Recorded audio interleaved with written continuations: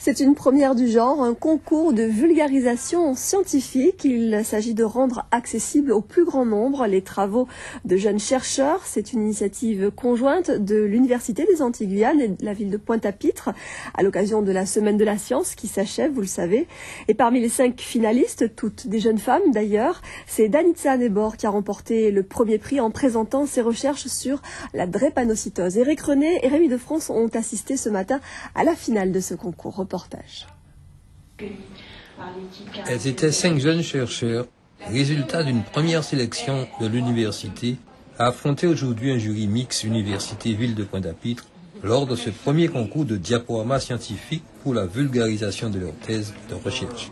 Une initiative de l'école doctorale de l'Université des Antilles-Guyane et de la ville de Pointe-à-Pitre. Nos doctorants qui ont l'habitude d'évoluer, de discuter de leur sujet de thèse avec leur directeur de thèse, ont fait un vrai effort de vulgarisation de sujets scientifiques parfois complexes. Et je crois que, d'ailleurs, en les questionnant au sortir de l'exercice, ils vous le disent, c'était pas simple, parler clairement, simplement, sans modifier le message scientifique, c'est pas évident, mais en tout cas, je crois que c'est une excellente façon de faire connaître ce que l'on fait dans nos labos. Et de montrer que la science, ma foi, elle est accessible à un grand nombre, hein, si on sait parler simple et parler clair.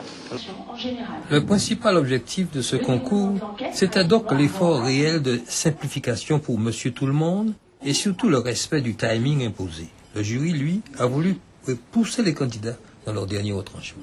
Merci, Mme Nebor, pour cet excellent exposé. Est-ce que vous avez des questions?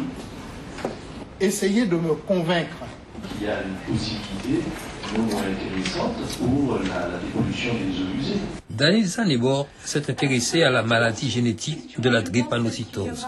Elle a étudié les facteurs qui font varier la sévérité de la maladie. C'est parce que notre patrimoine génétique est codé. Et ce qui est à la base de ce code de notre patrimoine génétique, eh bien, c'est la molécule d'ADN. Nous dirons en fait que cette molécule est une succession de lettres que nous allons appeler l'alphabet du code génétique. Après avoir entendu les 5 candidats, le jury a finalement choisi Danitza Nebor pour la solidité de sa thèse et aussi la maîtrise de son exposé. Excellent travail pour toutes. Vous avez tout gagné. Je vous félicite au nom du jury. Les exposés qui sont faits sont d'une extraordinaire richesse.